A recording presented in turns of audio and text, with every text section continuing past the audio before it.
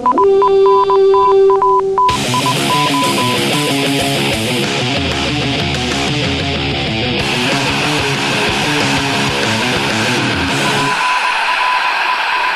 to Norse Code, the number one podcast for your Minnesota Vikings.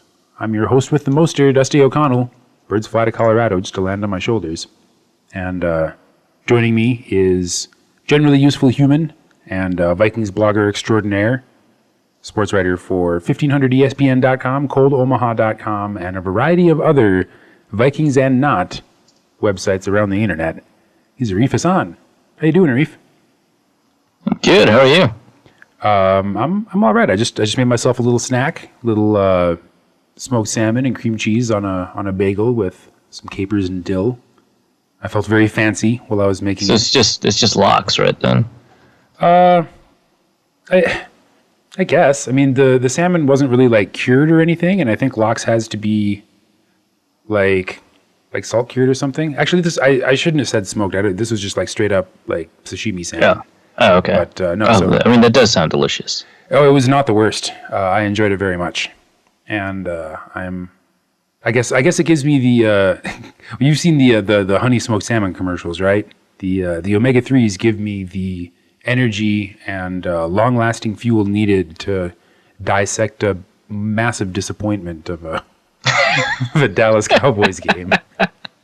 It was it was going so well. I was so looking forward. Well, after the stupid play in the first quarter when we probably would have scored a touchdown but then didn't, I was actually like really looking forward to beating Dallas by only kicking field goals. That would have been hilarious. It would have been like a nice reprisal of a win version of the Seattle game, but it turns out actually neither of those games were wins. So, but unfortunately, the Vikings cannot win those games when it counts. So, but we'll get to that in just a moment. I did want to take a moment to tip my cap to Corey Moe for his $25 PayPal contribution. He went to paypal.me/NorseCode and threw a few bucks our way because he believes that this content that is produced digitally and served to you in a multimedia format is worth something to him. And if you feel the same way, you can also contribute via PayPal, or if you really want to help out the show, think of us this holiday season and become a recurring sponsor, a sustaining member, if you will, of Norse Code. We like it if you contribute at the $3.50 level. It's 1 cup of coffee a month, and it allows us to more accurately plan for our future in terms of what kind of equipment we can have and how fancy of a website we can have and how many downloads we can push out every month, which is good. We like to have the bandwidth to pump out the same episodes to increasingly more listeners every year. So you can do that by going to patreon.com/NorseCode and contribute every month in any amount you desire. Doesn't necessarily have to be Tree-Vidi. For a long time, I've been talking about how this show kind of relies on the public radio model to stay afloat. And now I think I'm going to change it up a little bit. I think I'm going to call it the Wikipedia model. Not that we're like a top 10 website on the internet or anything. But I like to believe that we are as authoritative as Wikipedia with a little bit less drama in the talk pages. Oh my God, the talk page drama is incredible. Like once you discover that is a community that exists, it's life-changing, man. I've gone through like so many talk drama pages. It's incredible. Oh my gosh! Well, and the best is like when you find like a really controversial topic. Like I can't think of a good one off the top of my head. World War II is up there. The 9/11 talk pages are pretty great. I bet that's a treat. But yeah, if you just find like a really controversial topic and then go check out the talk pages, then you will see. I don't know. It's not quite as depressing as the YouTube comment sections, but it's definitely a unique slice of humanity. And yeah, I wish I could recommend a specific page for this niche I'm about to recommend, but like finding a subject that seems like relatively tame to like non-academics, but is controversial among very controversial among academics to the point where like people who don't study the thing but are just like fans of science TM will like argue about it in like the most ridiculous ways. Because I mean, they're not scientists; they're just fans of the scientists who are like proposing these two competing controversial theories. And so, like the talk pages for those, especially in like history, amazing. Wow. Yeah, that sounds fantastic. I don't know if maybe everyone would enjoy it as much as you or I might, but no, it's a treat for everyone, I swear. Well, all right.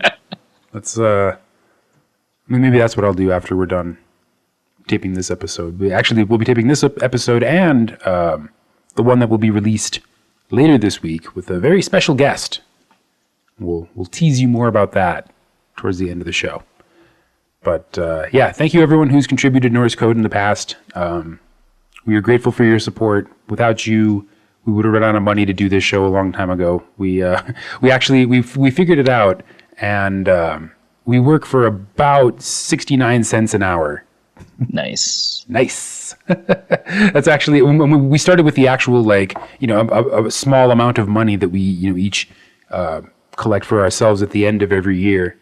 And worked backwards the hours that we've invested, and 69 cents an hour. Yeah, that's not like made up. That's the actual like math number.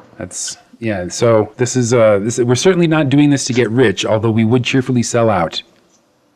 And until then, your support keeps those pennies rolling in. Now then, onward and upward. Well, onward, forward and downward, sideways, forward, and twirling, ever twirling. Yes. We talked briefly last week about the Cowboys game. I think we both were of the mind that it was not going to look good for the Vikings. I was concerned that Zeke Elliott and Dak Prescott would deal as they have in many games this season against pretty much everyone but Baltimore, and they didn't necessarily. Well, they sort of did, but Dallas managed to keep Minnesota in the game by committing penalty after penalty at basically every crucial third down. Yeah, no, I think from the perspective of like what a lot of people's pregame expectations of the game were, the Vikings certainly outperformed themselves, but like, moral victories always ring hollow anyway.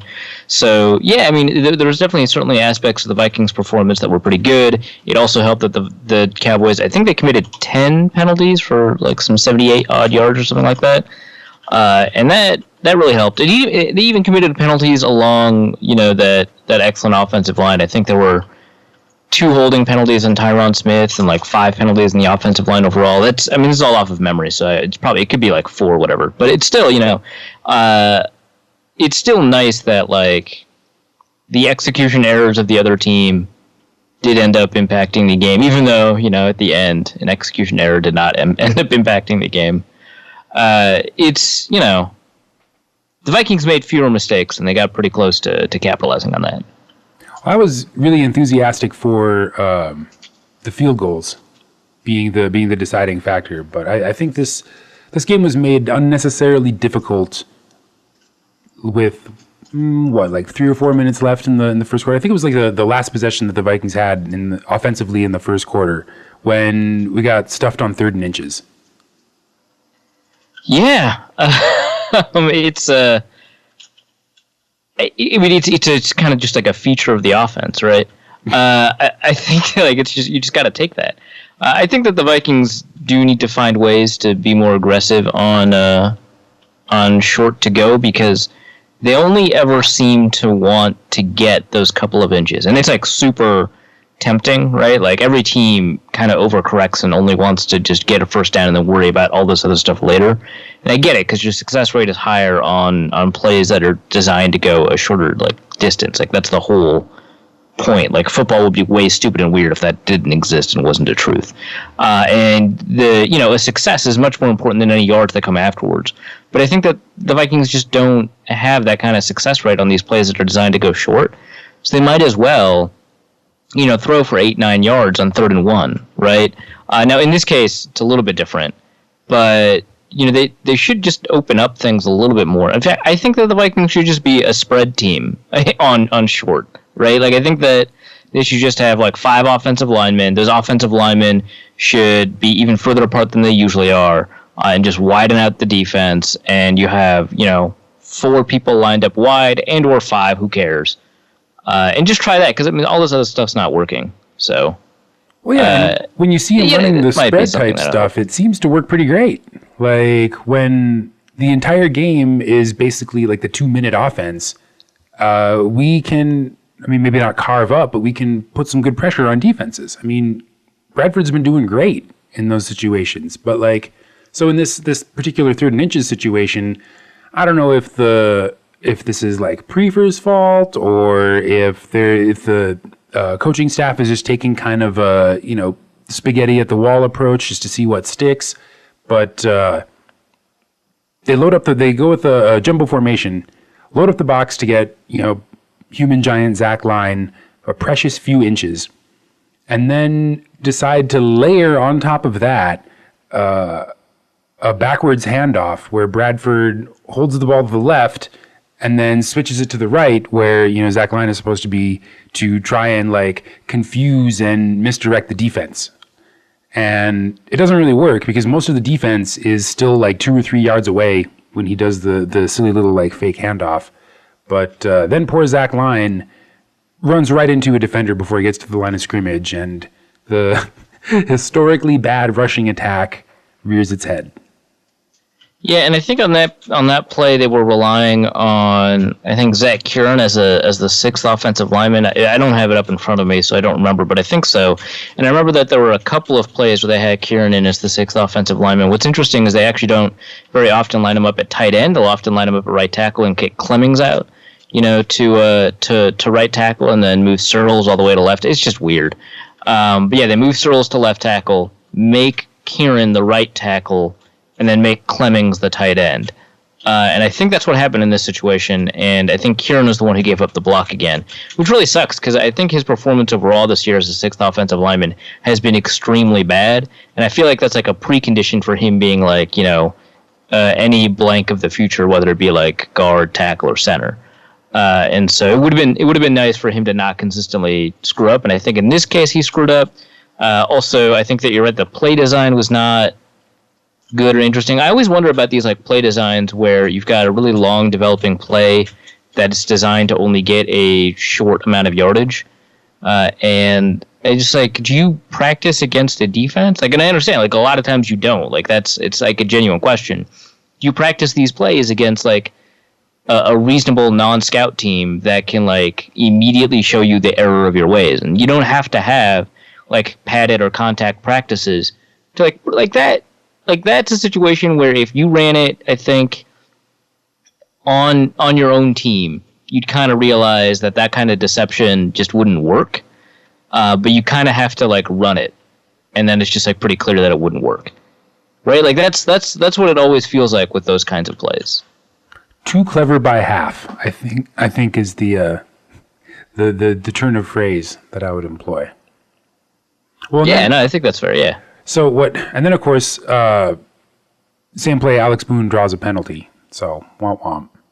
Womp womp. But I can't get too upset about the penalty situation. Although the one that Searles committed towards the end of the game was unfortunately timed.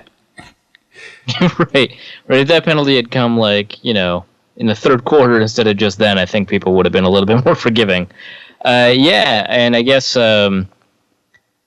I don't know. It sounds like people are not too happy with Searles. I have no qualms with people who are a little bit upset about that. The whole thing at the end of the game, we can get this out of the way right now, I guess, was just a disaster. If Searles commits that, and then the Vikings are backed up, and maybe they're backed up in a situation where they would have been better. Like, maybe the Vikings they're probably better at 3rd and 5 near the goal line than they are at 3rd and inches from the goal line, right? So like maybe that's actually better.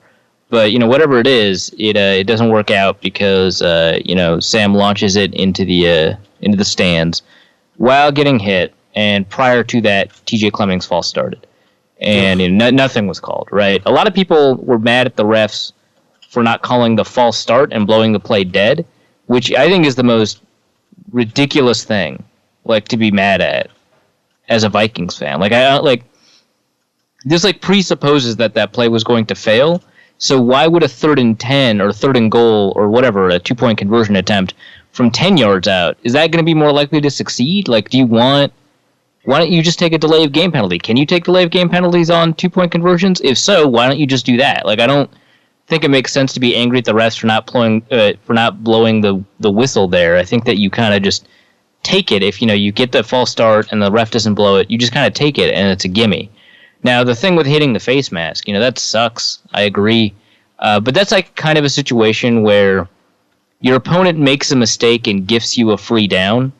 And if you don't have that opportunity anymore, because the ref didn't call it, the ref screwed up and should be dinged for it. But I'm not angry. I'm angrier that the players didn't execute the play and have to rely on a freebie, not a freebie from the ref in this case, but a freebie from the defensive line.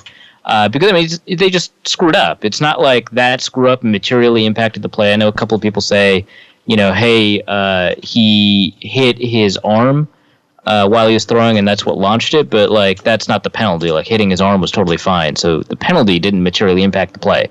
So I'm not that upset. I'm upset that the ref didn't do it, but it's just that's a chance we could have had and lost, as opposed to they screwed us. It's if you call back a touchdown for offensive pass interference that didn't happen. That's far angrier. I'm way more pissed about that. But in this case, the ref didn't give you that opportunity that you already threw away. And so I know, a third bite at the apple would have helped. Yeah, exactly. Yeah. It's not like the Vikings deserved it. They didn't. Well, and that's kind of the whole game script in a nutshell. The Vikings offense was anemic and couldn't close drives. And the only reason we were able to keep that game as close as it was is, Dallas couldn't keep from committing penalties. I think you're underselling the Vikings defense a little bit. We'll talk about that a little bit more in a second. But yeah, no, I think that...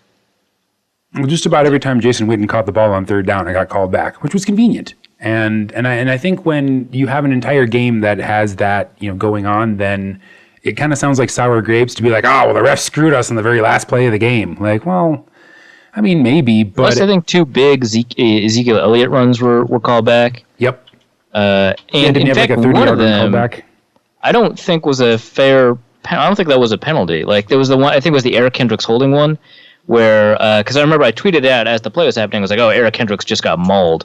He really needs to do better at the point of attack. But then he started flailing, and then we saw a flag being thrown. I was like, oh, he might have been held, actually.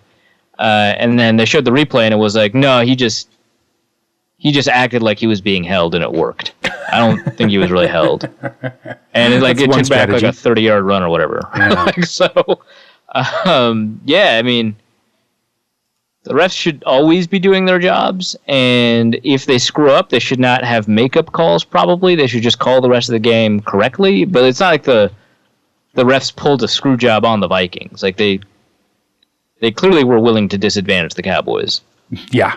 And if there's anything that frustrates me about the penalty or the lack of penalty on the final 2-point conversion, it's that for all the, ostensible importance of keeping a quarterback, upright and, not hitting him in the head, that sort of thing, to see somebody take one in the helmet and not have it called. I mean, if that had been Tom Brady, the defender might have been sent to prison, without a trial. Yeah, no, I think so. I think that in a lot of situations, and so in this case, the ref says he just doesn't have, or not the ref says, but the argument is that the ref just didn't have the angle to see, so he only saw the legal portion of the hit, which was with the defender's left arm. Yeah, and his one arm screened the other one, so the ref couldn't see his fingers go into. It's really clever when you think about it. No, Bradford's face mask, and it wasn't like a severe, it wasn't helmet to helmet. It wasn't like Bradford got his head ripped around or anything, but it was definite fingers inside the helmet contact. And if the league is that serious about putting a stop to that and protecting the players, I mean, we've heard Cam Newton and actually players on multiple teams be like, this happens every week where we hear from the league oh yeah, we missed that, sorry guys, hope that concussion works out for you. And luckily that wasn't the case with Bradford, but it is emblematic of a very frustrating trend that is causing a lot of consternation for fans and players. Yeah, Brian Robinson after the game complained about the refs and the calls, and he made it pretty clear that he didn't want to blame the refs for the loss. He was like, clearly it's our fault, and I'm not even saying that the missed call impacted like the outcome of the game, right? But you cannot keep on indicating that this is your focus, and then just like fail to follow through on your focus constantly and consistently. And I think that you're right. Like I think that what's crazy though is I think that if it's Brady, if the ref doesn't call it, then I think the league is much more likely to do something about it or initiate quicker action to deal with it than, the fact that it's like Sam Bradford. I mean, they were both, in a hypothetical situation with Brady, it's a primetime game, this is a primetime game. But I just feel like they would also act faster to prevent future instances of it or something, right? Like, I feel like if it's Brady, it's more likely that action will be taken in favor of the quarterback. And here you just don't have that. That's like frustrating to think about, and it's frustrating to know. The league is thinking about adding like another, lineman or referee or something that could maybe improve the viewing angles for all the referees. They tried it, I think, in the second preseason game this last year. I don't know how it went, or I don't remember how it went. Probably went fine. And then they're also thinking of transitioning the referees to becoming full-time referees like they are in a lot of other professions. So, that it's nice that, there's a thought about this, but it is really frustrating, especially because this is not a difficult penalty to call. And even if you have the wrong angle, what I mean is, like, everyone in New York, right, in the league office, like, saw it and knew that the ref, like, screwed up, right? Yeah. Like, that's it. And so they can't do anything about it, even though they've got all kinds of authority during games, in the middle of games, to do stuff. They don't have that specific authority. And I understand, like, you've got a lot of, like, hesitancy to be like, yeah, you can ref the game, from freaking all the way across the country in a video booth. Yay! Like, I understand why people would be hesitant about that. But I feel like for clear calls that impact player safety or something like that, or maybe in the final 2 minutes of a game or something, but where the replay clearly catches a big penalty that's not ambiguous. So, like, holding is an ambiguous penalty, right? Pass interference is an ambiguous penalty. Apparently, clipping is an ambiguous penalty. Yeah, but, like, someone hitting someone in the face while they're throwing the ball, that's not ambiguous. That's a penalty now. In those situations, I feel like it would make sense to have some sort of league office intervention during a game. It doesn't take that long, right? So, like, during a game, that'd be nice. And I understand there's also this thing about consistently undermining, like, the ref's authority on the field that I think was one of the actual arguments against instant replay when it was first introduced as, like, a refereeing mechanism. But I feel like instant replay has vastly improved the game, and I know a lot of people complain about long games and screwing up the pacing, but I like it. Not the screwing up the pacing, but the instant replay is more likely to get calls right, and I like that a lot more. And so, yeah, I feel like there's some way to resolve unambiguous penalties in the final 2 minutes of a game, clearly having an enormous impact on the outcome of the game. Well, exactly, and if you don't, then at some point you start to look like the South Park episode with the CEO of BP, like, stretched out on a bearskin rug. Yeah, exactly. Yeah, and that's not a good look. I really liked the final drive. It took until literally the very end of the game for the Vikings offense to play the way that they apparently can for approximately like 10 minutes in every game.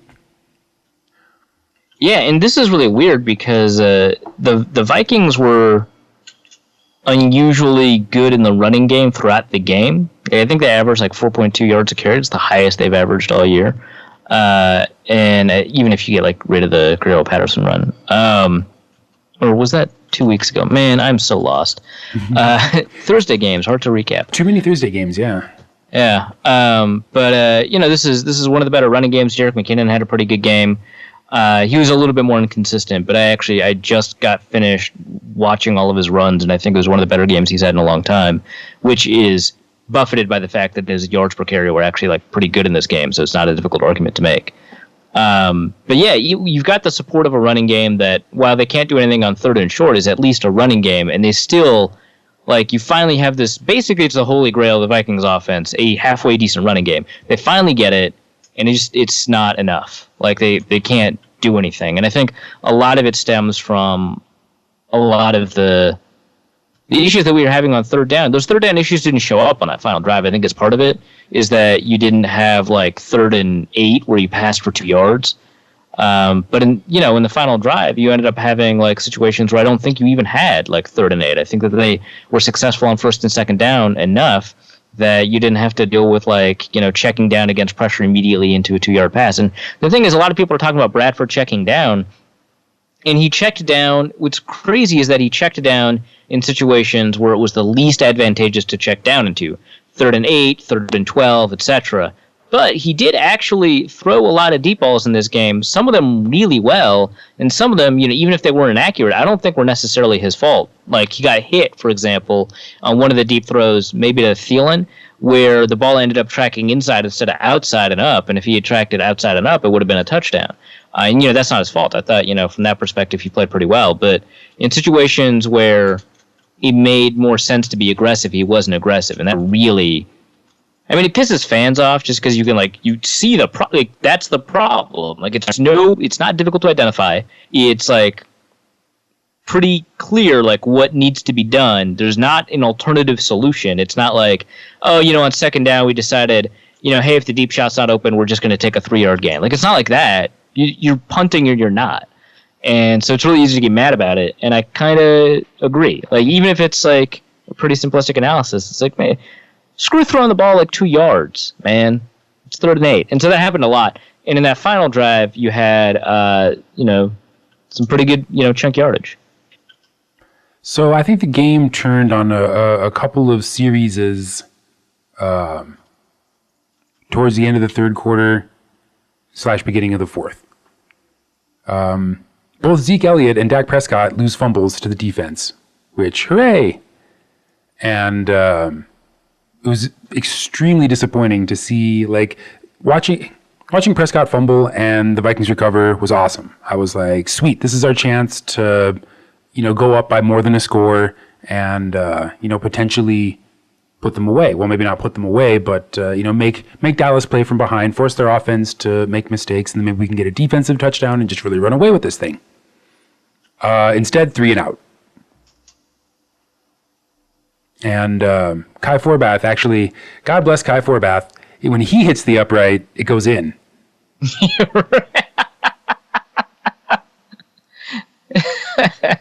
Right. It would have been nice to get more than, like, the automatic points. But I guess it wasn't automatic because he hit the upright.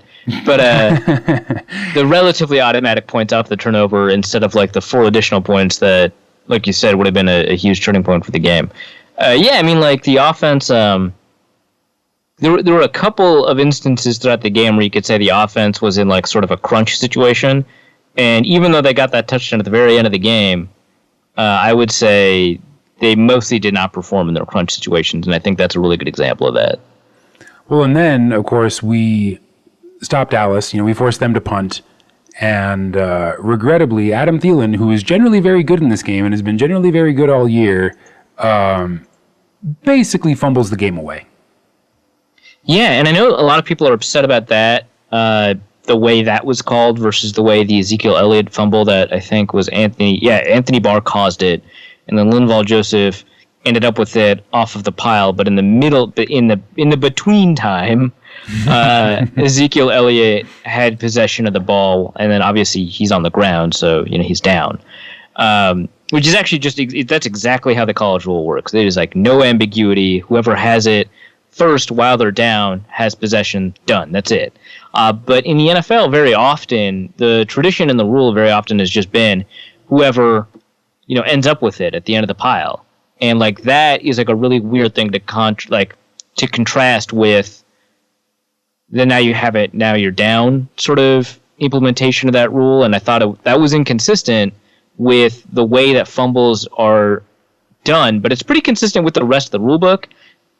So I had a lot of weird thoughts about that. But the Adam Thielen one, a lot of people are like, well, Adam Thielen possessed it while he was down, and then it was wrestled out of his hands.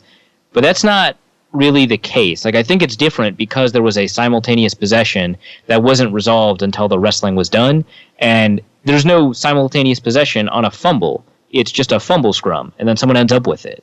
It's not like a catch where a simultaneous possession just goes to the offense or the receiving team or whatever. It's a fumble scrum. And so that is totally different to me. I don't think those were the same thing at all. And so therefore, I think you can adequately sort of remove the refs from that and just be angry at Adam Thielen, who, like you said, has had a pretty good run of games as a receiver, is a really good special teamer, but really struggled a lot as a punt returner, both because of that and then also earlier in the game, he was not content taking like the 5 or 6 yards that might be there. He wanted to bust out a big one, and he just ran into his own guys, and he wasn't, good at getting stuff done. And then, of course, Cordell Patterson. If we want to just transition to talking about the special teams right now, I'm totally up for that, by the way. No, that was exactly my strategy. I've been sitting here watching Cordell Patterson's reaction to the Jeff Locke punt that landed at like the 47-yard line. Oh my God! Which is priceless. I've watched it 50 times as we've been talking, and it's still just as good. But yeah, there's the Patterson muffed punt too, where and that was like idiotic because so a lot of people are like, well, I mean, you try to catch a punt while someone's running into you, and it's like, yeah, I can't. That's the problem. He tried. He got run into and then tried. Yeah. Like, it's like, yeah, Charles Johnson, like, definitely screwed that up, and yeah, let's blame him for stuff. That's totally fine. He screwed up.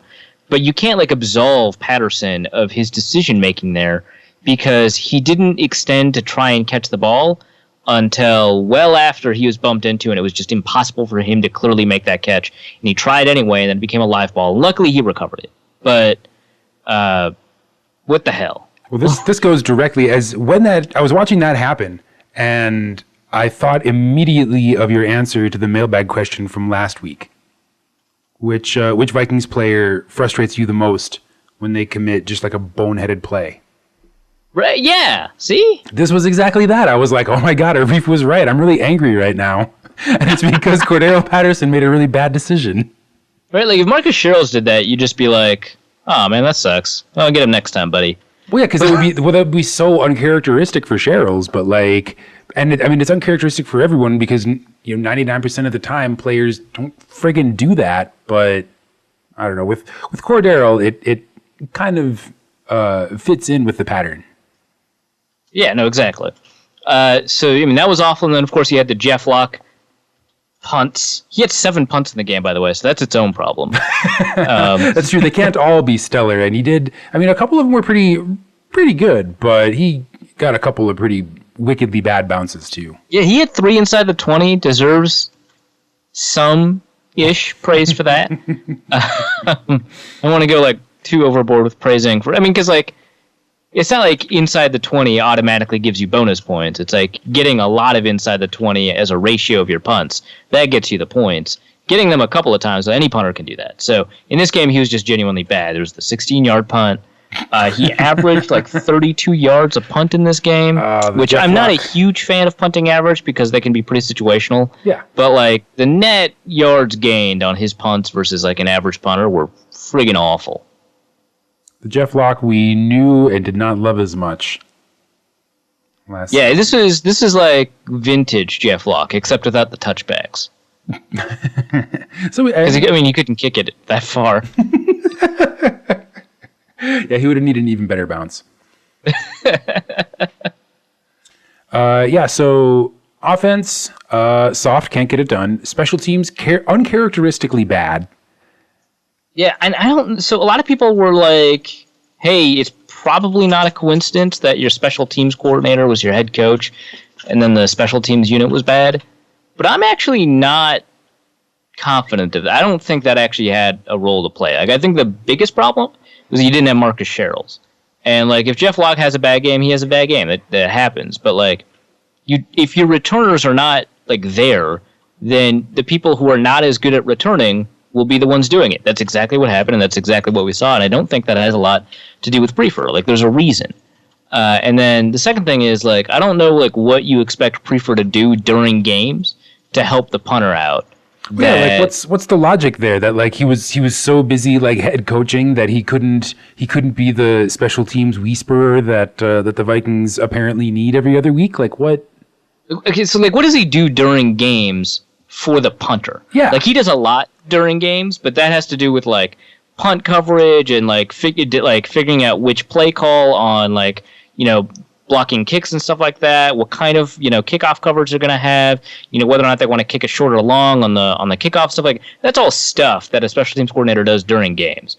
It is not like, hey, so you're over-rotating while you punt. Like that stuff gets handled in the week. Yeah. Not during the game. So it's, I don't know. It's like a weird thing to... I think it is a super weird coincidence, and I'm still hesitant to like dismiss it entirely because it feels stupid to be like, yeah, the special teams coordinator was busy and the special teams sucked. Of course these are linked. Like it feels dumb not to acknowledge that maybe these are linked, but the more I think about it, the more it feels like they probably are not. Like a coverage breakdown on kickoff or the punt unit, that makes more sense. But like your kick returners fumbled. I think that's it.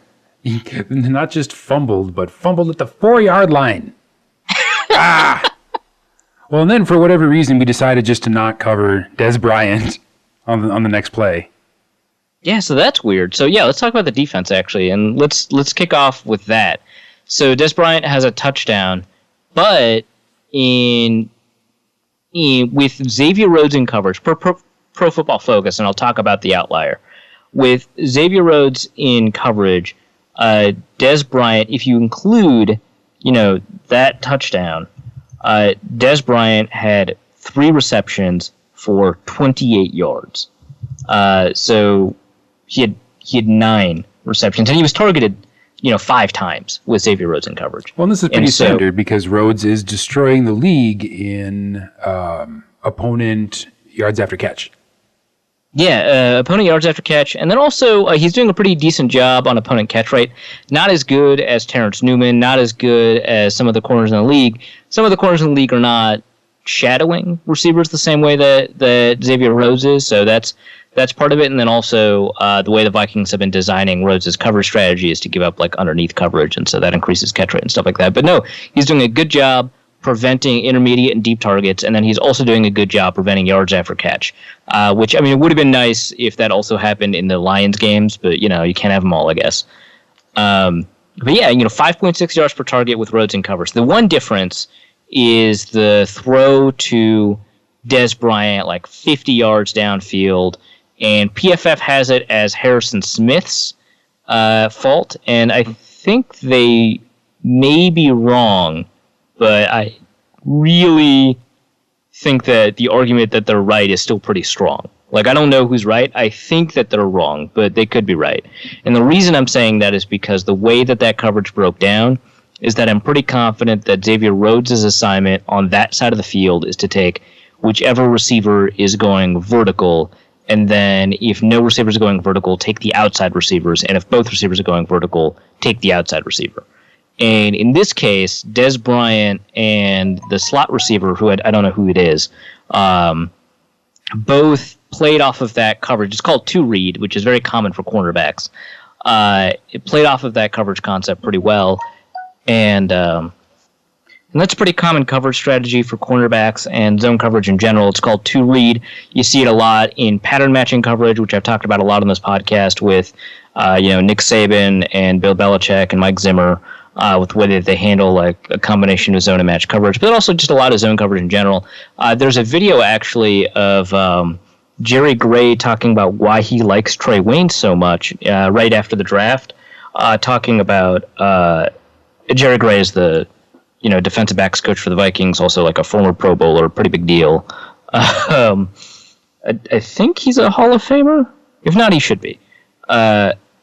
you're talking about two read coverage and why Trey Waynes handled that really well at Michigan State. And so that's a pretty good breakdown of it. But the point is, I think that Rhodes' assignment is to take the vertical receiver. What happened is that the slot receiver and Dez Bryant both basically faked a switch where the slot receiver faked inside, not just off of the release, but after his release. And usually, if a receiver is going in a direction after his release but before the break, that's the direction he's going in. That's not always true. I mean, that's the whole point of this strategy. That's the whole point of, like, post-corner routes and stuff like that. But, for the most part, that's the direction he's going in. So after the release, he faked going outside. Dez Bryant was running a dig route. That looked like the break, and it wasn't. He was actually faking going inside. So Harrison Smith, crashes down because that's his assignment. His assignment is anything underneath or anything inside. And then Dez Bryant moves up. And Rhodes was frozen in place, and so there's no way he could have gotten to Dez Bryant in time. Harrison Smith, obviously he knows that coverage is about to be blown, so he just goes back, and it looks like he's in coverage, and maybe that is his job. Maybe I'm wrong. Maybe he's supposed to take on Dez Bryant one-on-one in that situation because he's supposed to take on the inside receiver regardless whether or not they go vertical or underneath. But I think in that situation it's actually on Rhodes, in which case his coverage stats look a lot better. Either way, the quarterbacks in this game look really good. I know some people were pretty upset with Captain Munnerlyn. He actually only gave up 2 receptions. One of them was to Cole Beasley, who admittedly smoked him pretty badly after a catch for a first down. But some of the receptions that people were saying were on Captain Munnerlyn were actually on, of all people, Harrison Smith, where Dez Bryant would break from the slot and then split the zones between the two. So that's actually not that big a deal. If you add up all of the stuff that the cornerbacks did together, and if you think that Pro Football Focus is correct in their diagnosis, then the cornerbacks all together, I think, gave up 30 yards, because Rhodes gives up 28 yards, I think. Captain Munnerlyn gives up 4 yards, and then Terrence Newman gives up -2 yards. So that's pretty good. No, I'll take that. It was effective enough to basically, between that and the penalties, Dallas's offense was not really firing on any cylinders until after the Dez Bryant touchdown. Yeah, and that was it. And the Bryant touchdown was a mistake by Rhodes. He didn't crash down at the right angle. It was a now pass / a screen / a whatever. And Bryant just had the step and then had the angle on him, and it was a touchdown. But for the most part, Rhodes played really well. What I do want to talk about, though, is how friggin' phenomenal the defensive line was. I'm kind of giving away a lot of the resource that I put together for an article I'm going to put up. Don't know where I'm going to put it up. It's going to be about how the defensive line performed against Dallas. But it is really difficult to put together enough superlatives to talk about how well that defensive line played. But I'm going to try to do it. So if you'll humor me, please do. So Dallas, they have a really hyped offensive line. It's reputably the best offensive line that we've seen in the last few years, maybe a decade. I wouldn't necessarily go that far, but it's really friggin' good, right? And you think about the way that it's hyped versus its performance, and it lives up to its reputation. Before the game, Dallas led the league in points per drive, 2.9 points per drive, which is pretty astonishing. It's not quite like Brady 2007 levels, but it's enough to be in the conversation to talk about some of the best offenses, again, in points per drive, not total. Dallas likes to run the clock a little bit more, so they're never going to achieve the gaudy point totals that other high points per drive teams would, like the 2013 Broncos, for example. But they lead the league by a pretty significant margin at 2.9 points per drive. And a lot of it has to do with how excellent they are on third down. That is pretty amazing. They also, I think they average 4.6 yards a carry, but they also lead the league in run success rate, so it's a little bit more than that. They do a pretty good job in terms of the depth of drop back versus the amount of pressure that they allow. I think Pro Football Focus has them as the best pass blocking line. There are lines that allow less pressure, like the Oakland Raiders offensive line, but they allow less pressure in part because of play design, because the ball gets out quickly, whereas Dallas, they love to take advantage of how much time that line can give them, which does lead to a little bit more pressure, but it leads to more explosive plays too. So it is a fantastic line. Last year, Pro Football Focus ranked them as the top pass protection line and the top run blocking line and the top offensive line in terms of penalty avoidance, which is just an incredible trifecta of being ranked first and stuff.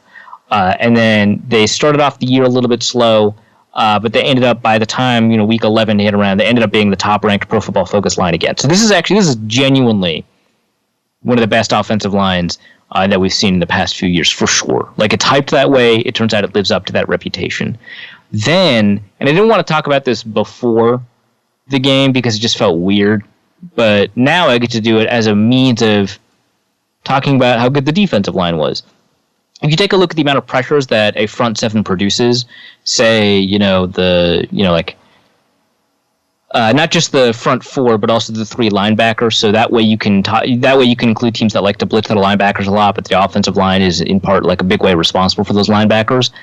There were more pressures produced per passing dropback against this Dallas offensive line than there has been in the last 2 years. This was the single best performance of a defensive line or a front seven in terms of producing pressure per pass rushing dropback that Dallas team has ever given up with that offensive line configuration over the past 2 years. The closest that they've gotten is the Eagles game this year, where Brandon Graham just went off. And the thing is, with only 21 passing dropbacks, 25 if you include the scrambles, and I think that the scrambles are usually an indication of pressure, so it's not really like cheating to not include them. But on those 21 on those 21 dropbacks, the defensive ends alone produced 12 pressures, which, I mean, that's astonishing. Here's really good context for this. It's worse than anything the Vikings offensive line has given up in the last 2 years. Wow. Yeah. It's stunning how well that, I should have just led with that. It's stunning how well the Vikings, defensive line performed. And the thing is, the guy who didn't end up with any sacks, I think Everson Griffin didn't have any sacks in that game. He ended up with the most effective, pass rushing pressure. He ended up getting pressure on 24% of his pass rushing snaps, which, an elite player on a normal day will get pass rushing pressure on 16% of their pass rushing snaps. The best players right now, I think there's two players right now in the NFL this year in 2016 that are getting at 20%. One of them is Brandon Graham, and I think the other one's Von Miller. And so they've had individual games that are better than that, but for the most part, that's friggin' bonkers. The thing is, you compare that with Danielle Hunter getting it on 20% of his pass rushing snaps. So you basically had two defensive ends performing at a level above that of elite defensive ends against the best offensive line that we've seen in the past couple of years. And the thing is, Tyron Smith was struggling even more than that. There was a false start, there was a hold, there was an uncalled hold that was really bad that should have been called. It's just weird. And Everson Griffin and Tyron Smith were teammates back at USC, and I feel like Everson Griffin just got into his head or something. I have no idea what happened. But he ruined that dude's day. And he's the best tackle in the NFL. Screw Joe Thomas, screw Andrew Whitworth. It's Tyron Smith. And that defensive line just did phenomenal work. Linval Joseph got pressure on, and he didn't necessarily have a great game. I actually had to talk with the PFF guys about this. But still, he did do a good job of generating pressure. He got pressure on 14% of his dropbacks. And so I said an elite defensive end, an elite edge rusher will get pressure on 16%. A good one that might be voted to the Pro Bowl, for example, will get one on 14%. And that's what this nose tackle was producing. The average nose tackle produces pressure on 5% of their pass rushing snaps. And so he's doing it at this 13, 14% rate. Just incredible stuff. And then you've got, Tom Johnson was doing a pretty good job. Shamar Stephen actually did a pretty decent job, which is not something he's known for. And then from a run defense perspective, the yards per carry, I think, for Ezekiel Elliott turned out to be pretty okay in the end. But a lot of it is built off of one 30-yard run. And then I think there's another 12-yard run, and neither of those were on the defensive line. The 30-yard run, for example, is on actually both Eric Hendricks and Chad Greenway, and the defensive line performed a pretty admirable job on that play. Overall, Ezekiel Elliott was held to one of his lowest success rates, I think, since the Giants game, which was week 1, that he's had. He's a 45% success rate, which, incidentally, that's actually pretty decent for a running back. It's better than what the Vikings running backs have been able to do, but it's bad for Ezekiel Elliott, who has been getting a success rate above half, which is pretty, actually, stunningly good for a running back. And they also held Ezekiel Elliott to, I think, his lowest yards before contact that he's had this year, which speaks to how well the defensive line was able to get past that offensive line, and one of his lowest yards after contact as well. So the defensive line just did a fantastic job. Linval Joseph did get washed out in the second half of the game against Travis Frederick. Like, he was winning a lot of battles against Frederick, and then he started losing those battles, and that's a problem. But like, literally everyone else was just doing this stunning job. And if that defensive line only shows up in like one more game in these final 4, or maybe 2 would be nice, but like one more game in the final 4, I almost guarantee that the Vikings are going to win that game, because I just can't see a defensive line performing that well against a not as good offensive line, and the Vikings not having like 3 defensive scores. Like, it was amazing how well they did. So that's my rant. That's a good rant. How much of that is on the play callers? I mean, this obviously, everybody talks about Dallas's amazing offensive line. I mean, do you think that it was just an indicator of extremely good preparation? That's actually a pretty good question. I think, actually, if you wanted to talk about play calling and preparation, it was actually a bigger problem from Dallas's end than it was a positive contribution from the Vikings' end, just in terms of play calling. Because early in the game, Dallas, so they ran away from Griffin, which makes a lot of sense. He, by the way, ended up having 4 run stops on 19 run snaps. That's nuts. I don't know how to contextualize this other than to say that a 20% rate is nearly 3 times that of an average defensive end. They're not run stoppers. No one's a run stopper at that rate. No one creates essentially a tackle for loss on 1 of every 5 run snaps. It's just incredible. So he did a phenomenal job, even though they ran away from him at the beginning of the game, and they left him unblocked, which is pretty normal, actually, for like outside zone plays. You leave the backside defensive end or the backside man in the line of scrimmage unblocked, and you wash down. But they just didn't account for how fast Griffin is or something. I don't know. Like, they didn't have a plan for what would happen if you crashed down that well. And so early on in the game, Griffin was doing a pretty good job handling the run, because they were just not accounting for the things that he could do, and that's a play calling problem. I think from a pass rushing perspective in this game, I would say that Dallas was too, I don't want to say baited, but like fell into habits that the Vikings had asked people to fall into in 2015, and then they stopped obliging in 2016. Dallas was like, no, this is just what we're going to do. So when pressure arrived, for example, they did the stuff that the Vikings snuffed out in 2015, check downs and short passes and throwaways and stuff like that. So, like, for example, both of Eric Hendricks' amazing stops on screen passes on 3rd down in the first quarter and 4th down, I think, in the 4th quarter, which, by the way, I thought we won the game there. Never mind. That was silly. Yeah. Why would I think that? Both of those are a result of Dallas doing stuff that teams just conventionally do against the type of pressure that the Vikings bring. And the Vikings just responded well. And so in that case, it's, obviously credit to the Vikings, like coaching and play calling in general, to have answers to that. But, like, for Dallas not to say, hey, we have an answer to your answer, like, that's a problem on their end. So I would say the play calling is more a problem from Dallas than than they benefited from the Vikings end. And still, I think a lot of it is just individually good performance too. So they were bad. I mean, we were good, but they were also bad. Judging each team by their own respective season. Yeah, no, exactly. Like if you evaluate them based off of their own standards. Dallas was bad to their own standard. The Vikings were good to their own standard. And that produced a heck of a game. And when the Vikings are good, the defense is world-beating. Yeah, so this is the team that leads the league in points per drive, held them to like 17 friggin' points. And like 7 of those points were off of like a fumble at the 4-yard line. It's clearly not the defense's fault. Yep. Exactly. It is an astonishing defensive performance, and I think that needs to be recognized. And like going forward too, like people are like really pessimistic about these 4 games, and I totally get it. Like the Vikings have to win out.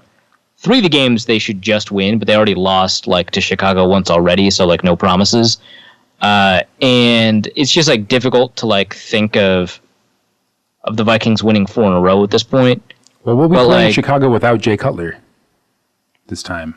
Yeah, is that good or bad? Well, no, I'm not so sure.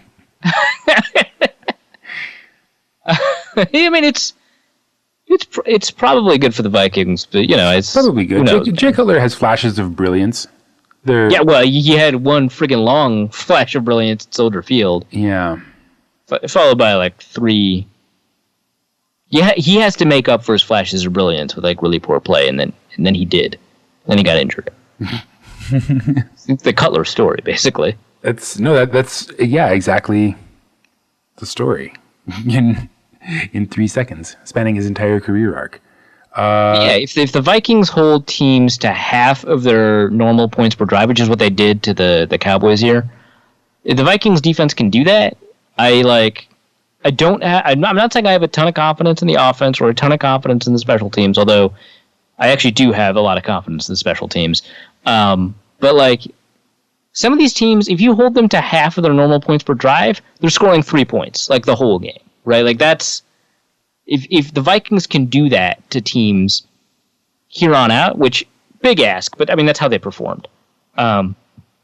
Yeah, they'll go 4-0, I think. I think it's more likely they go 4-0 than not in a situation where the Vikings defense continues this level of performance, which is maybe unsustainable, but also, God, they played so well.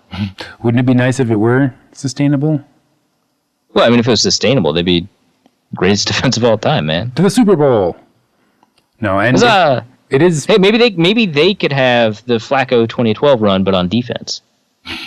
Wow. But there would be no question about their eliteness at that point. Right, people would just go, well, obviously they're elite. And then, like, no one's going to complain about overpaying them because it's half your roster, not, like, one dude.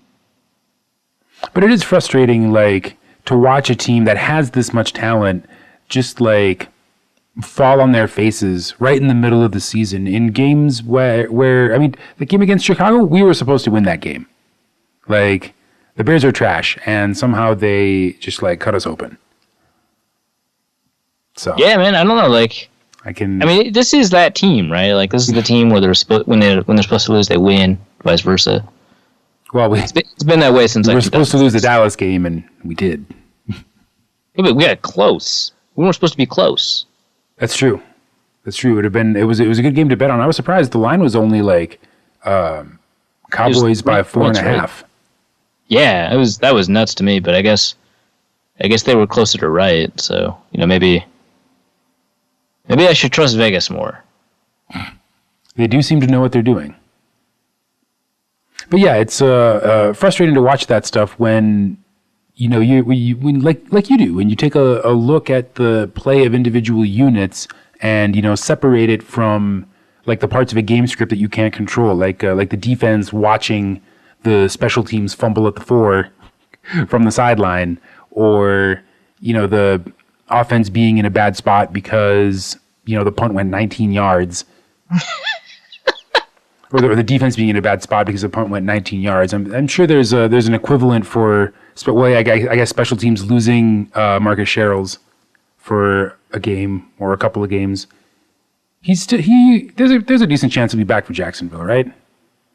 Yeah, no, I think it's likely that he's back for Jacksonville. You know what's weird is that if the Vikings had their punt returner for this game, they probably would have won. Oh yeah, we would have won. And there's an article where I was looking at it here. Oh yeah, in Sports Day, by David Moore, one of the staff writers there. And he did like a radio interview. This is like a transcript of the interview. And the host asks him, if the Cowboys don't get the punt fumble and, Des Bryant doesn't score that touchdown, is there another comeback in the Cowboys? And Moore says, they probably not. The what little momentum there was in the game was certainly on Minnesota's side. And if they hadn't gotten that punt, they weren't really generating much defensively. The offense was shooting itself in the foot and being, thoroughly dominated by our defensive line.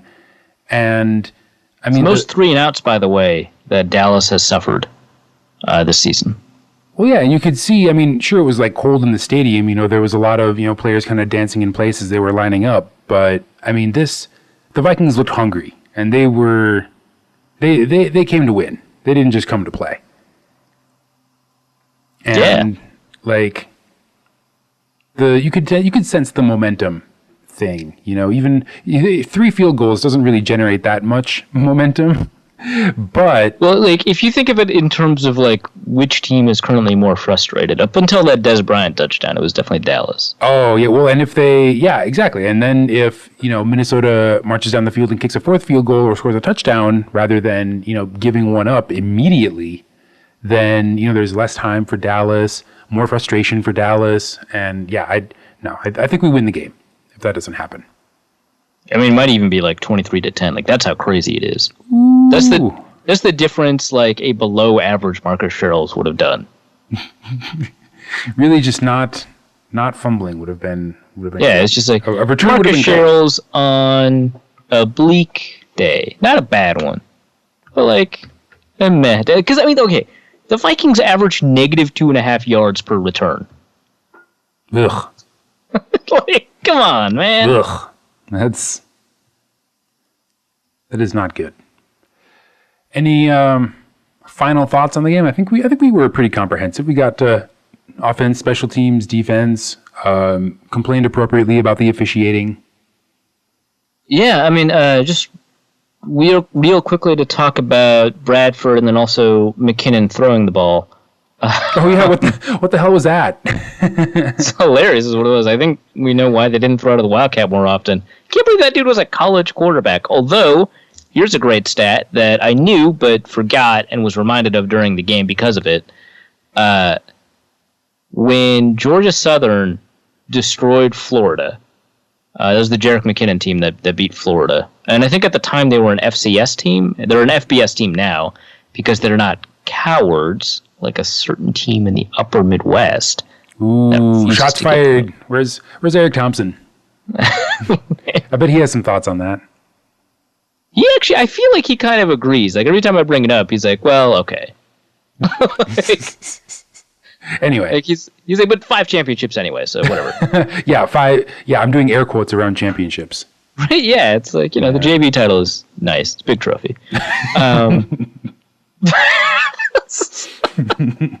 I hate that team so much. Wow.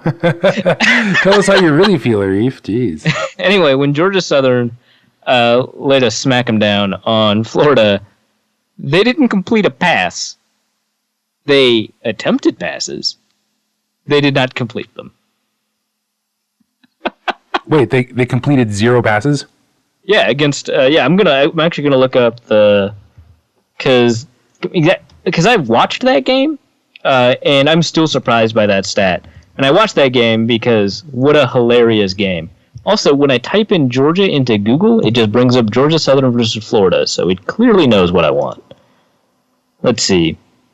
Georgia Southern passing was not actually Jerick McKinnon because McKinnon passed more in the year prior to that, but they also have an A back, a B back, and a C back. They don't have a quarterback. Anyway, they attempted 3 passes. They completed none of them. Jerick McKinnon, by the way, I believe in this game he was injured. He was playing on a sprained ankle. 9 carries for 125 yards and a touchdown. 9.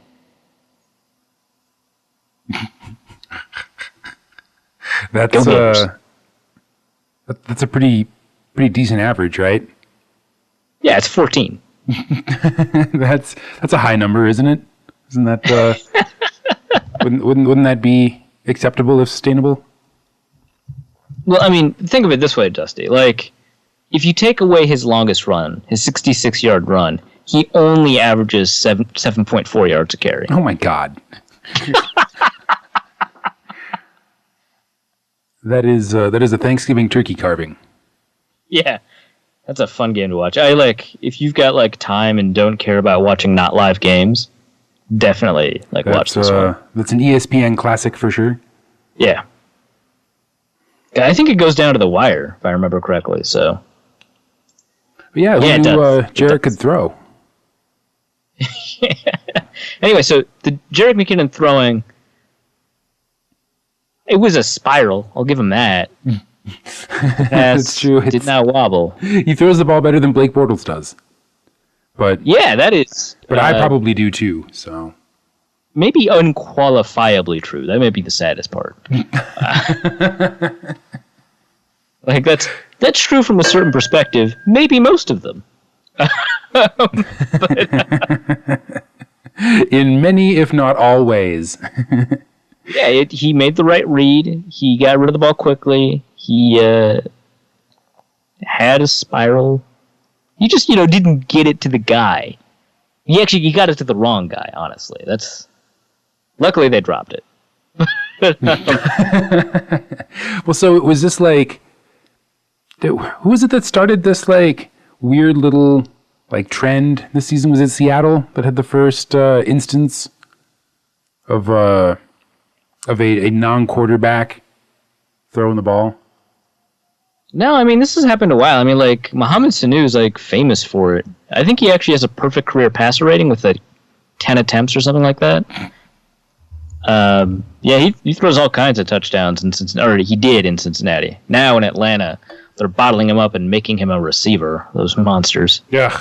Why would you want Matt Ryan to throw you the ball? MVP candidate Matt Ryan. Inferior to Mohamed Sanu. Yeah, can he catch? Can he run? Let's see. So I'm looking at Jerick McKinnon's. So, I mean, okay. So in 2013, McKinnon did have a 10.1 yards per attempt passing average. That's good. He did only complete 47% of his passes. That's bad. That's bad. He did have 4 touchdowns. That's good. And an interception. That's bad. I go now. But the touchdowns contain sodium benzoate. No. That's good. That's bad. No, that's bad. Oh. Yeah, he... But like all of these triple option teams, like your Paul Johnsons of the world, your Georgia Techs. I don't know if Georgia Tech still does it, but it's only deep passes, and they tended to work out because no one expected them. So it's kind of weird. Like Jerick McKinnon, you think about him, even though he's tiny, you imagine he has a hell of an arm, right? Well, yeah. I mean, that's kind of his shtick, right? Is that he's for football a little guy, but he is extremely strong. Yeah, he's like the Darren Sproles Tide commercial, but actually. All right. I was just going to go with the Darren Sproles comparison, but... No, he's the exaggerated version of Darren Sproles. Maybe not as impactful as an NFL player yet. But yeah, I mean, he had 39 reps at the combine. Not that actually correlates to throwing strength, but you're just this dude is powerful. But he underthrew it, which maybe he just aimed it wrong. It's not that's a thing of his arm strength, but it's you wouldn't have expected him to underthrow it, especially by that much. I hope they try it again. I don't care that was almost a pick. It would be fun as hell. So more Wildcat with some passes from McKinnon. I think has Ozzy thrown? I feel like he has. I happen to have PFR here. Let's take a look. Oh, there's no passing category. stats 0 for 0. So okay. no. But he does have an ESPN QBR of 95.5. Because they account for, because QBR includes running. And running from the Wildcat, he's been very good. Wait, Jerick McKinnon had, what did you say, 34 reps on bench press? He had 39. 39 reps on bench press? Good lord. Yeah, that's more than most offensive linemen. Not just some, but most. Wow, he's a beast. Yeah, I kind of just threw that in there, but that's like... Okay, so he had 32 at the Combine, and then he didn't actually work out at his pro day. So it was actually 32, not 39. My mistake. I have bench pressed 225 pounds exactly once. I did it.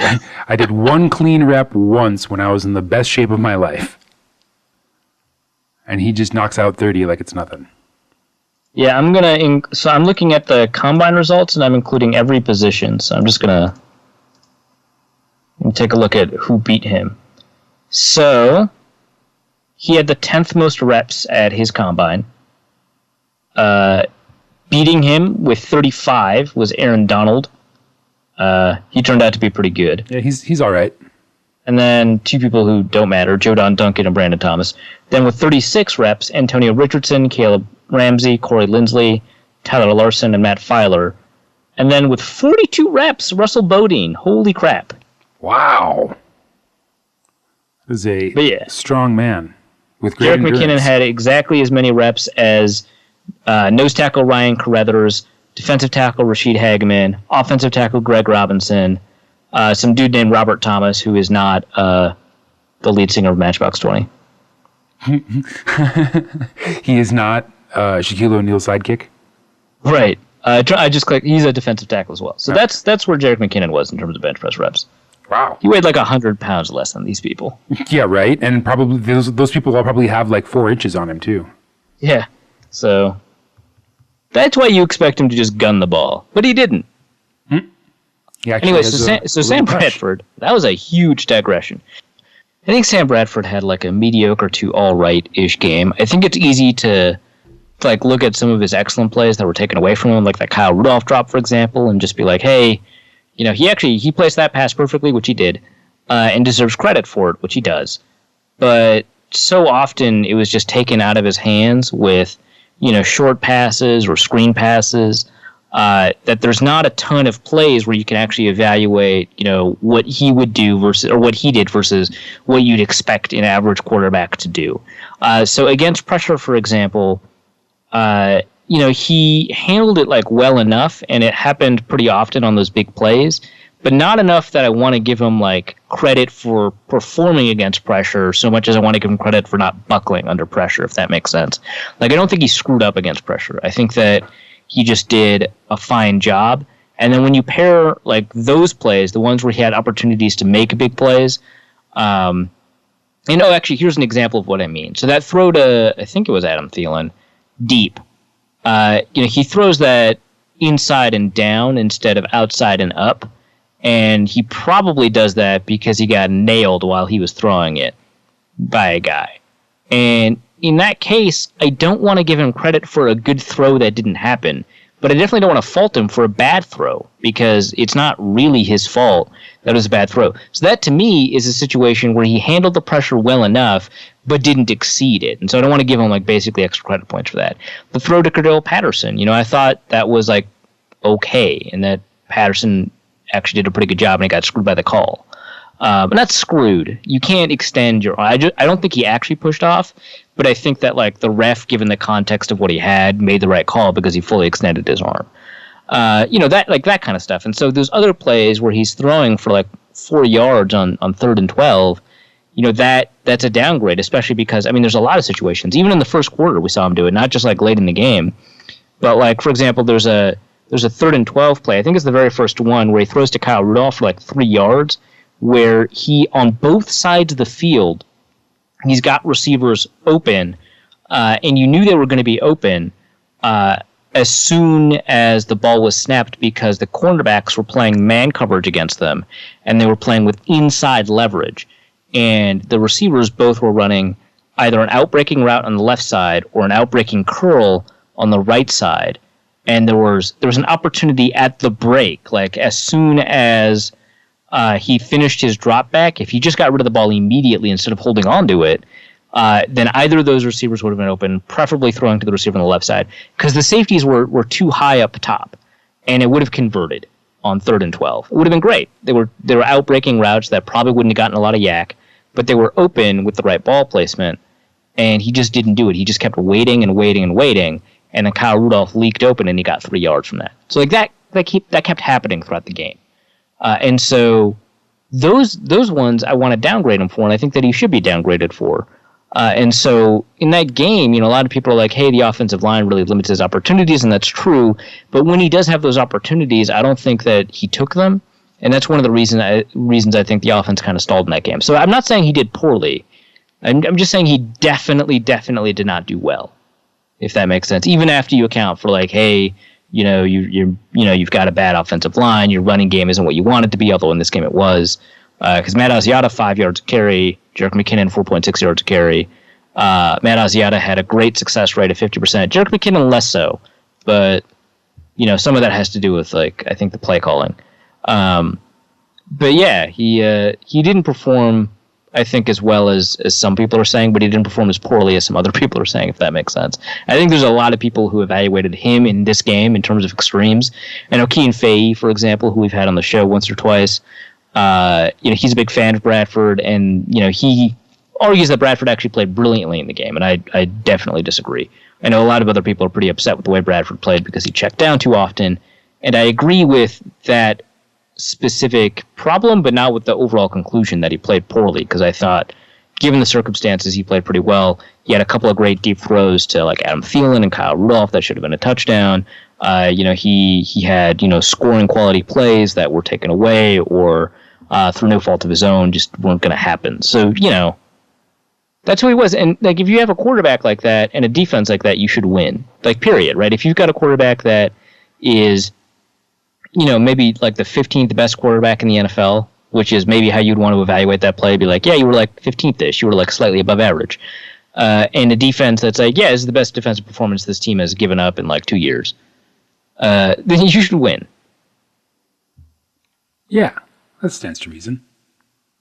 So, mistakes. On a scale of 1 to 10, where 10 is like full surrender Cobra, how concerned were you when Bradford went down with what turned out to be a rather brief rib injury? I was like, this season's done. Screw this. I was very concerned. Me too. I didn't want to be the first one to say it, but I saw him go down, and I was like, well, this.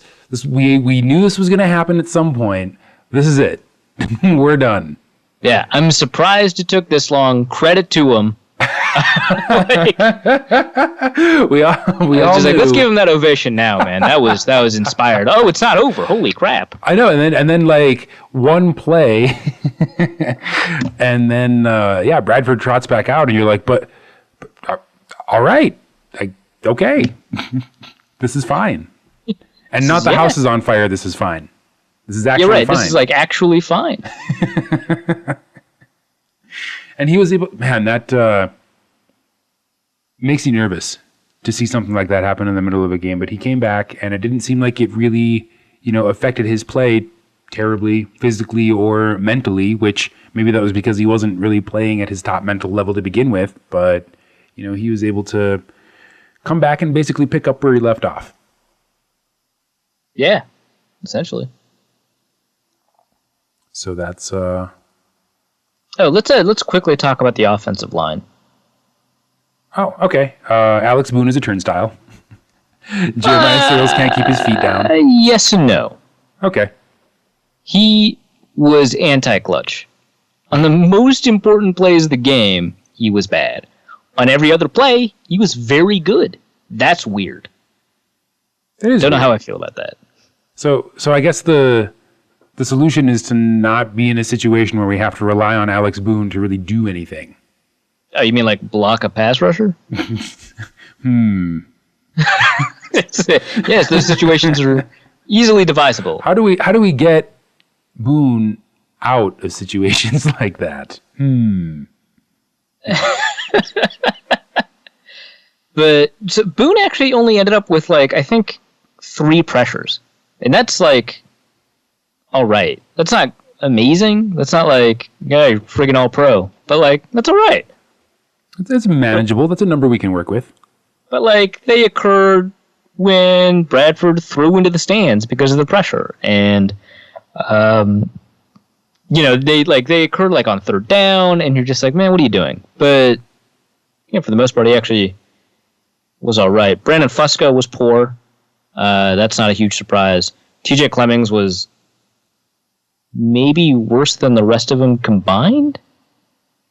So here's the problem with evaluating Jeremiah Searles. There's one thing you remember from that game about Jeremiah Searles, right? Yeah, well, yeah. The thing that I referenced. Yeah, that's it. That's all. But he did really well. Like, you don't want to give him too much credit because you're like, you screwed it up, man. But he actually did pretty well. So if you've got, and Nick Easton actually, wow, I didn't expect him to do as well as he did. Nick Easton did fine. Searles did pretty well. Boone did all right, situationally, depending on how you think of it. But Clemmings was ass. Huge surprise. Brandon Fusco was bad. Not a huge surprise either. And their sixth offensive lineman, Zach Kieran, was also bad. But, like, if you think about it, like, how can these running backs who've not been able to generate much space average, like, 4.8 yards a carry between the two of them if at least some of the offensive linemen weren't, doing all right? And Sam Bradford is only pressured on 1/3 of his snaps. A lot of that has to do with how quickly the passing game was oriented. But some of that has to do with, the fact that some of the offensive linemen did well.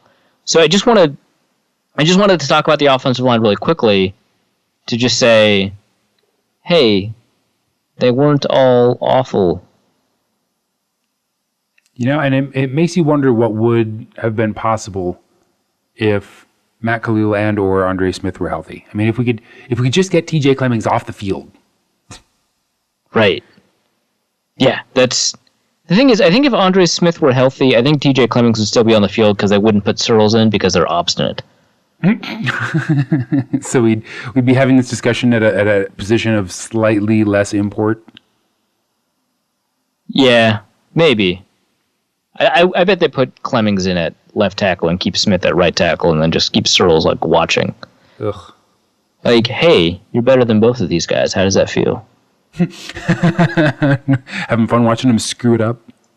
Yeah, but you know what they're not doing? False starting. Actually, never mind. Andre Smith isn't. Clemmings still at it. And Searles is confused because you're having a conversation that references events from another timeline, and it's it's a disaster, really. Well, that's I guess sort of encouraging. I don't know. It's annoying because it's annoying because we have these known quantities basically. We have some decent players. It would be really nice if we could get any starters to stay healthy. ESPN actually wrote the Vikings injury situation is the worst in the NFL, confirming what many of us already believed. Yeah, and I'm kind of curious. So I think.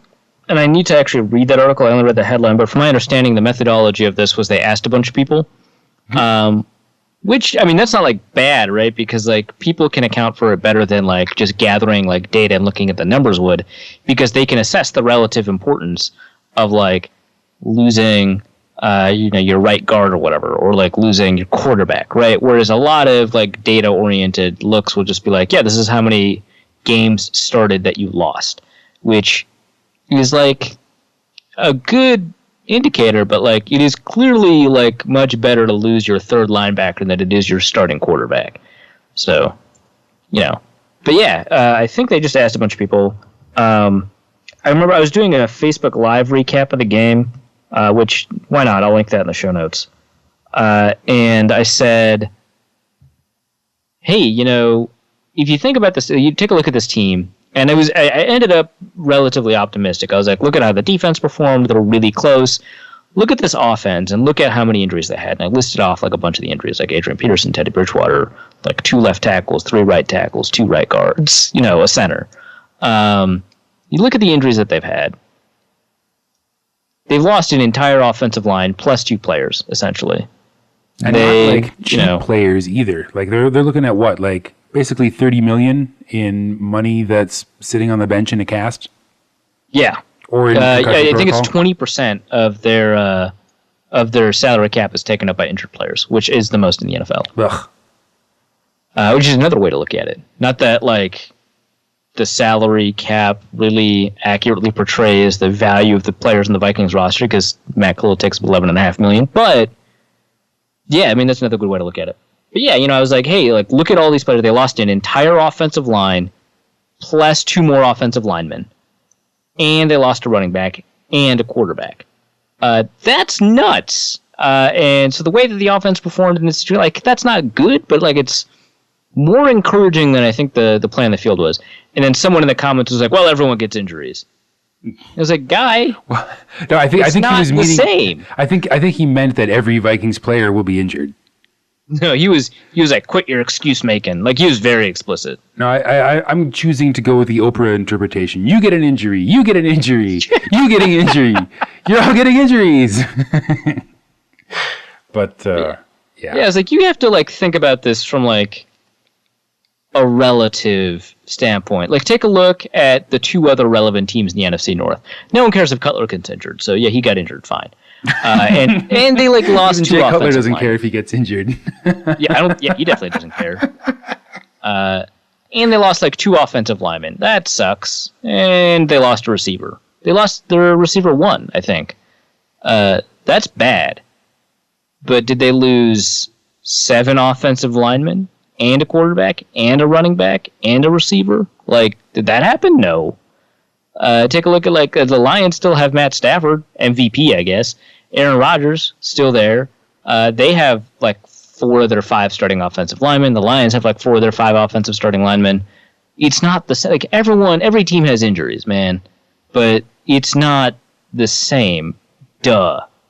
Like I don't understand like why people will like dismiss things like that. It's like I don't know that you can reasonably expect like results when like you sunk $50 million or whatever into injury. And I mean, frankly, I know people are dumb. we should all just be like a little amazed that the Vikings are not yet out of playoff contention. Yeah, all it took was a 1st-round pick, which in retrospect, I guess, not that bad. But yeah, they're still. I mean, they're outside looking in, but I mean that's kind of where they were at the beginning of the season before all these injuries. So, and by beginning of the season, I mean like before the season started. Before, not like after the 5-0 run, they were outside looking in. But I mean like right after they traded for Bradford, you were like, yeah, they've got a pretty good shot at 9-7 in a wild card, maybe 10-6 in the division, but for the most part, outside looking in. And then a bunch of injuries that I think mostly are not anticipatable, which is my biggest argument with that Barnwell article that people have been talking about how Bradford wasn't worth the 1st-round pick. Oh yeah, we talked about that last week. It's result-oriented thinking from the last person you would expect to employ it. Right. And so, you can't anticipate all these things. Now the Vikings are like, they're playoff contenders.